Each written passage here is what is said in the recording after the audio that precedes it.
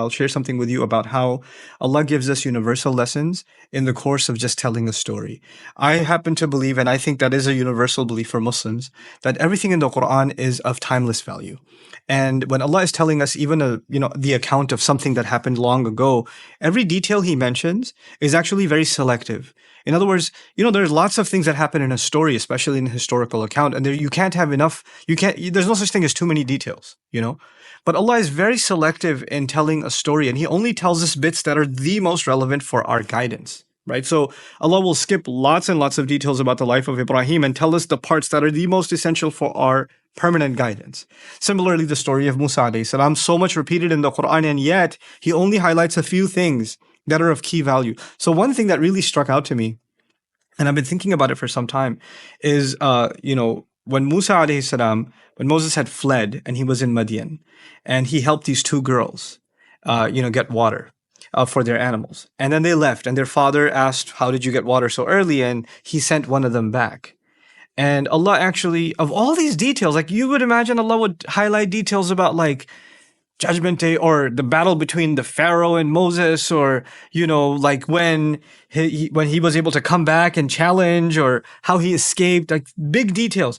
But in the middle of all of that, in the final revelation of Allah, Allah takes the time out to mention this little, what seems like a minor detail. وَجَاءَتْ إِحْدَاهُمَا تَمْشِي عَلَى اسْتِحْيَاءٍ. One of them came all the way walking. Now there's two ways to translate this. She came walking shyly, like in a shy way. And she came walking over to him despite being shy. There's two ways of ala istihya, ala raghmi min istihyaiha. There's two ways of looking at it, okay? And I was fascinated that Allah would actually go out of His way in His final revelation to humanity until the Day of Judgment to highlight the way a woman walked. Like, what benefit could that have? Why is that important? And I realized that Allah Azza wa Jal, He highlights things in His book that are so pertinent to human guidance. The way a female walks is a powerful thing. It has an impact in society. As a matter of fact, the female has a presence that has been talked about across cultures.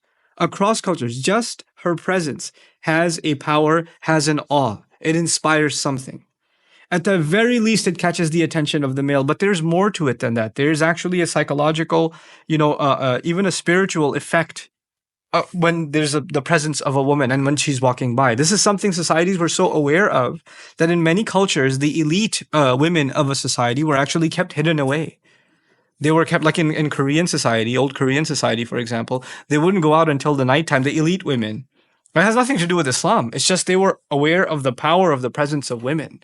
And so Allah Azza wa Jal describes, and He's highlighting to women and to men, the effect that the role of a woman in public can have. And yet at the same time, Islam is not saying keep women indoors because they have too much of an effect. They have too much of an impact. Guys know, the ones that are watching this video, they're sitting in an auditorium classroom and a girl walks into the class, right? She doesn't have to be the most beautiful thing you've ever seen, but so long as she's a female, you're gonna be like, everybody in the room is gonna at least for a second look and then, okay, yeah, it has an effect. A guy walks in, that's what happens. So now Allah is highlighting a couple of things. One of the most beautiful things that's being highlighted here is despite her shyness. In other words, she has to engage in society. She has to go out. And yes, there will be people that stare. And sometimes if you have a vulgar society, people comment and whistle and make passes at them, or worse. There are societies where even harassing women on the street has become common.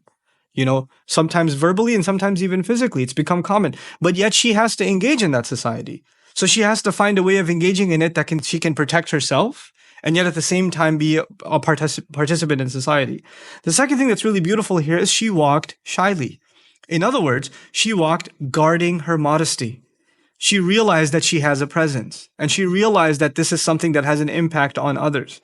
It's not just about her, it's actually about recognizing the presence that she carries.